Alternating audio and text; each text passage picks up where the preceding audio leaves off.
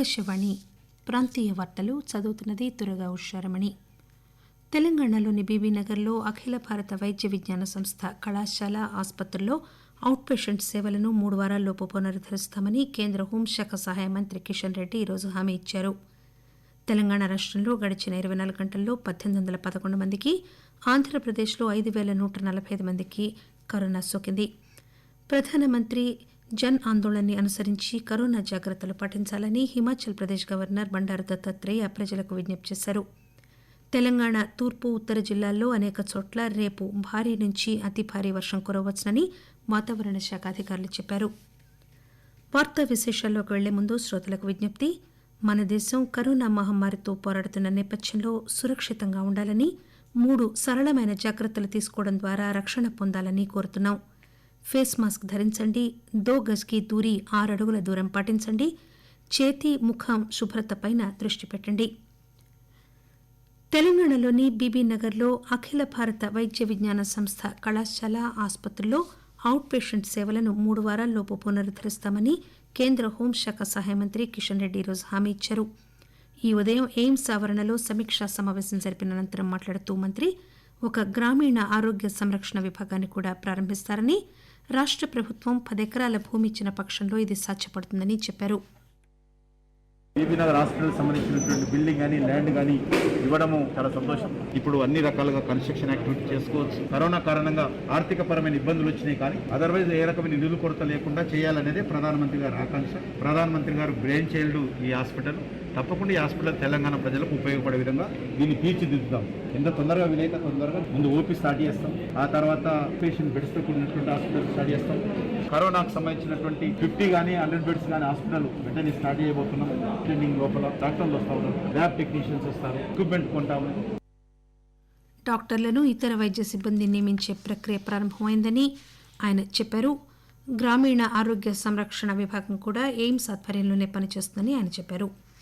తెలంగాణలో గడిచిన 24 గంటల్లో 1811 మందికి కరోనా సోకడంతో రాష్టంలో ఇంతవరకు కరోనా వైరస్ సోకిన వారి సంఖ్య 2,10,346కు చేరింది. రాష్ట వైద్య ఆరోగ్య శాఖ ఈ ఉదయం విడుదల చేసిన బులెటిన్ ప్రకారం నిన్న 50,000కు పైగా పరీక్షలు నిర్వహించగా 1811 మందికి కొత్తగా కరోనా వైరస్ సోకినట్లు నిర్ధారణైంది. నిన్న మరో 2,072 మంది కోలుకున్నారు. రాష్టంలో కోవిడ్ రికవరీ రేటు స్వల్పంగా పెరిగి 87.01% మెరుగుపడింది. కాగా నిన్న మరో 9 మంది మరణించడంతో రాష్టంలో కోవిడ్, ఇతర సమస్యలతో మరణించిన వారి సంఖ్య 1,217గా నమోదైంది. ఆంధ్రప్రదేశ్లో 5,145 కరోనా పాజిటివ్ కేసులు నిన్న నమోదయ్యాయి. కరోనా వైరస్ నిర్ధారణ పరీక్షల సంఖ్య 64,20,000 దాటింది. మొత్తం కరోనా కేసుల సంఖ్య 7,44,864గా ఉంది. కొత్తగా 6,159 మంది కోలుకున్నారు. గత 24 గంటల్లో 31 మంది మృతి చెందగా మొత్తం రాష్టంలో 6,159 కోవిడ్ మరణాలు సంభవించాయి. కామారెడ్డి జిల్లాలో ప్రతి ఆవాస ప్రాంతంలో 100% ఆస్తి ఎన్రోల్మెంట్ జరిగేలా చూడాలని జిల్లా కలెక్టర్ శరత్ అధికారులను ఆదేశించారు. కామారెడ్డిలో వ్యవసాయేతర ఆస్తుల ఎన్రోల్మెంట్పై ఆయన టెలికాన్ఫరెన్స్ నిర్వహించారు. క్షేత్రస్థాయిలో ఉద్యోగులు త్వరలో ఈ సేవను పూర్తి చేయాలంటూ ఆదివారం నాడు సెలవును రద్దు చేస్తున్నట్లు ప్రకటించారు.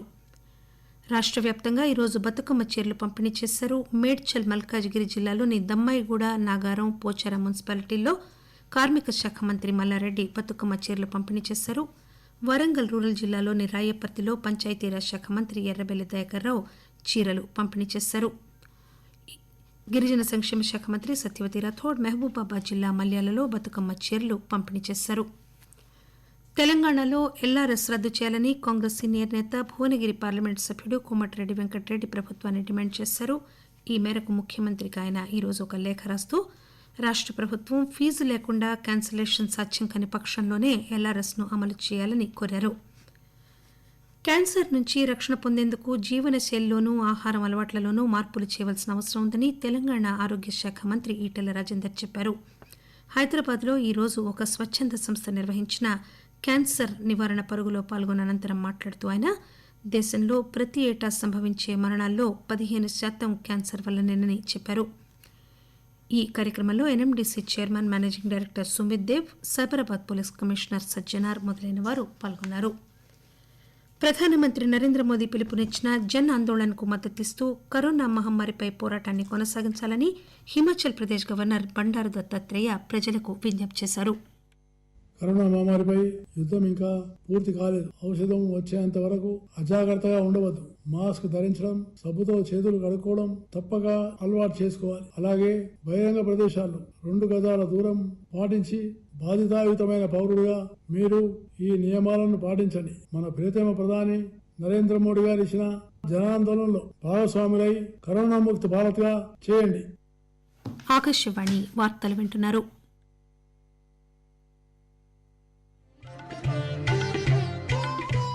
కోవిడ్-19 నుంచి రక్షణకు 3 మంత్రాలు. మాస్క్ తప్పక ధరించండి, 6 అడుగుల దూరం తప్పనిసరి, గుర్తుంచుకోండి, ముఖాన్ని తాకకండి, చేతులు శుభ్రంగా ఉంచుకోండి. కరోనా నుంచి తమను తాము కాపాడుకునేందుకు ప్రజలు 3 కీలకమైన జాగ్రత్తలు వహించాలని మాజీ హోం కార్యదర్శి, administrative staff college of India board of governors chairman Padmanabhaiah పిలుపునిచ్చారు. ప్రధానమంత్రి పిలుపునిచ్చిన జన్ ఆందోళనలో భాగంగా ఆయన ఈ విజ్ఞప్తి చేశారు.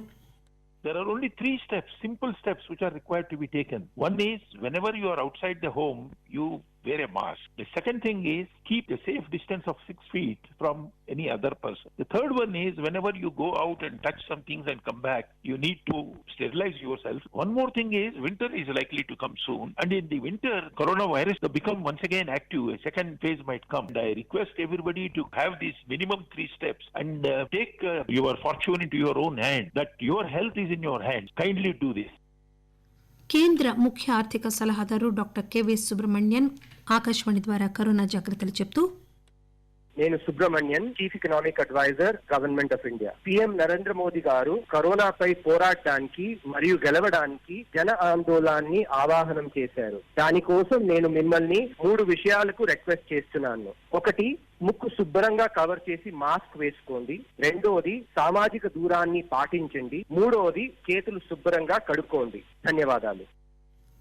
తెలంగాణ తూర్పు ఉత్తర జిల్లాల్లో అనేక చోట్ల రేపు భారీ నుంచి అతి భారీ వర్షం కురవచ్చని వాతావరణ శాఖ అధికారులు తెలియజేశారు. ఉత్తర బంగాళాఖాతంలో ఏర్పడిన అల్పపీడనం ఈ ఉదయం మరింత తీవ్రమైందని తెలియజేశారు. అది తుఫానుగా మారవచ్చును. ఇదిలా ఉండగా వచ్చే బుధవారం నాటికి మరో అల్పపీడనం ఏర్పడే అవకాశం ఉంది. వీటి ప్రభావంతో ఆసిఫాబాద్, నిర్మల్, మంచిర్యాల, పెద్దపల్లి, ములుగు, కరీంనగర్, వరంగల్, మహబూబాబాద్, ఖమ్మం, సూర్యాపేట జిల్లాల్లో భారీ వర్షాలు కురిసే అవకాశం ఉంది. త్వరలో శీతాకాలం రానున్న కారణంగా ప్రజలు, ముఖ్యంగా 10 ఏళ్లలోపు పిల్లలు జాగ్రత్తగా ఉండాలని, కరోనా నివారణకు జాగ్రత్త పడాలని ఆదిలాబాద్ కరోనా నోడల్ అధికారి డాక్టర్ అశోక్ తెలియజేశారు. నా పేరు doctor Ashok, district epidemiologist Adilabad. రానున్నటువంటి రోజులలో మనకి శీతాకాలం కూడా స్టార్ట్ అవుతుంది. శీతాకాలంలో దాని రూపాంతరం అనేటటువంటిది కూడా బాగా అభివృద్ధి చెందుతుంది. కోవిడ్ మొదటి దశలో ఎలాగైతే ప్రికాషన్స్ తీసుకున్నామో, 3 లేయర్ మాస్క్ పెట్టుకోవడము, ప్రతి వస్తువుని ముట్టుకున్న తర్వాత శానిటైజ్ చేసుకోవడము, ఇలాంటి ప్రికాషన్స్ అనేటటువంటిది మనం రానున్నటువంటి 3 నెలల వరకు కంపల్సరీ ప్రికాషన్స్ ఫాలో అవ్వాల్సిందే. శీతాకాలంలో above 60 years, less than 10 years చిన్నపిల్లలు ఎవరైతే ఉన్నారో వాళ్ళు గాని, వయోవృద్ధులు గాని, గర్భిణీ స్త్రీలు గాని, దీర్ఘకాలిక వ్యాధిగ్రస్తులు ఎవరైతే ఉన్నారో వాళ్ళు చాలా చాలా జాగ్రత్తలు తీసుకోవాలి. ములుగు జిల్లాలో జూలైలో 23% ఉన్న కోవిడ్ పాజిటివిటీ రేటు ప్రస్తుతం 8-9% తగ్గిందని ములుగు జిల్లా వైద్యాధికారి ఆకాశవాణితో మాట్లాడుతూ చెప్పారు.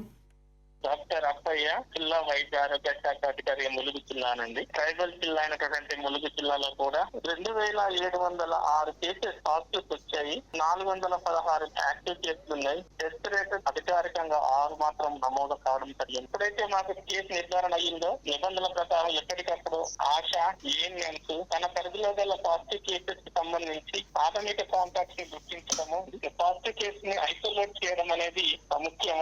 టోటల్ టెస్ట్లు 29,650 టెస్టులు చేసినాము. మాకు జూలై, ఆగస్టులో. విశేషాలు మరొకసారి. బీబీనగర్లో అఖిల భారత వైద్య విజ్ఞాన సంస్థ కళాశాల ఆసుపత్రుల్లో ఓపీడీ సేవలు 3 వారాల్లోపు పునరుద్దరిస్తామని కేంద్ర హోంశాఖ సహాయ మంత్రి కిషన్ రెడ్డి హామీ ఇచ్చారు. తెలంగాణలో గడిచిన 24 గంటల్లో 1811 మందికి కరోనా సోకింది. తెలంగాణ తూర్పు ఉత్తర జిల్లాల్లో అనేక చోట్ల రేపు భారీ నుంచి అతి భారీ వర్షం కురవచ్చు. ఆకాశవాణి ప్రాంతీయ వార్తలు ఇంతటితో సమాప్తం.